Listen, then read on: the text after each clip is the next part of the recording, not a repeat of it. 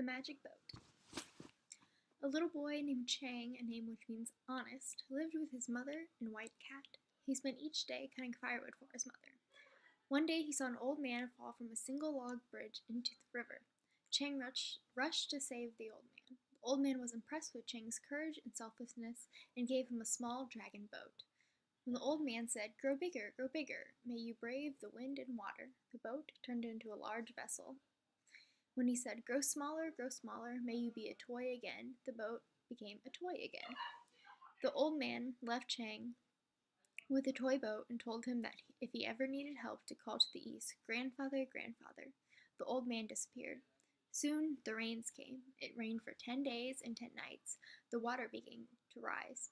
Chang brought out his boat and, speaking the magic words, turned it into a mighty vessel that he, his mother, and cat boarded. They sailed on the rising sea. As they sailed on the rising sea, they spied an ant, a bee, a crane that were drowning. They rescued each of them, and once aboard the boat, they began to help row and steer the boat. They spied a man struggling in the water and rescued him. His name was Ying, which means tricky. Once aboard the boat, he refused to help. He stretched out on the deck and gave orders to the others. Once the rain stopped and the water receded, Chang returned to his village and, saying the magic word, changed the boat back into a toy. Ying saw this and wanted the magic boat. Chang set about rebuilding his house that had been destroyed in the flood. His mother, the cat, and the other animals they rescued helped Chang. Ying did nothing but give orders. One day he suggested that Chang give him the magic boat so he could take it to the emperor, who would give a lot of money for the boat. This money could be used to rebuild the house. Being a trusting person, Chang gave the magic boat to Ying. Time passed and Ying had not returned. Chang went in search of Ying and the boat. He searched for days. One day he heard a large procession coming and the announcement that the Prime Minister was approaching. The Prime Minister was none other than Ying. Chang was furious at Ying for stealing his boat, and Ying was fearful of Chang. Knowing he had cheated him, he had Chang arrested. When Chang did not return home, the animals went searching for him. They found him hungry, dirty, and bruised. They returned home with him and restored him to health. They decided to return to the emperor and tell them their story, but first they had to find a way to enter the palace.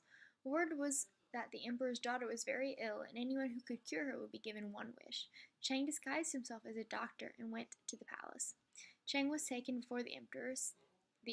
Seated next to him was Ying, who recognized Chang and wanted him arrested.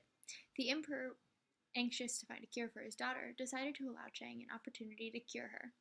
Chang pulled out his little red bag of magic medicine and cured her. The emperor was very happy and gave Chang one wish. He wished for the return of his magic boat. The emperor was reluctant. Ying and the emperor decided to trick Chang. If Chang could select the princess from her 7 maids when they were all disguised, then he could have the boat.